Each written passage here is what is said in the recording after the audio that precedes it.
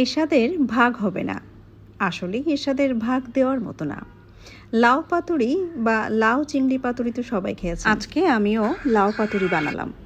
এই যে আমার বাগানের আমার বারান্দার বাগানের থেকে একদম তরতাজা কয়েকটি লাউ পাতা আমি তুলে নিয়ে আসছি। তারপর ভালো করে ধুয়ে এই যে লাউ পাতুরি বানানোর জন্য রেডি হচ্ছে। চিংড়ি মাছগুলো বেছে নিলাম, সাথে পাট শাক রান্না করব। পাট শাকের জন্য ওই যে মরিচ, রসুন আর পেঁয়াজ কুচি রেডি করলাম। আর এদিকে লাউ পাতুরির জন্য এই যে রসুন, কাঁচা মরিচ, কাঁচা পেঁয়াজ রাখলাম। এই যে সব এখন একসাথে দিয়ে চিংড়ি মাছগুলো দিয়ে একটু ভাজা ভাজা করে নিব। তারপরে লাউ পাতা এক্সট্রা কিছু ছিল ওগুলো আমি দিয়ে সিদ্ধ করতে দেব, কোনো পানি দেব না। যেগুলো বের হবে ওগুলো টানা পর্যন্ত ওটা হালকা আছে সিদ্ধ হবে।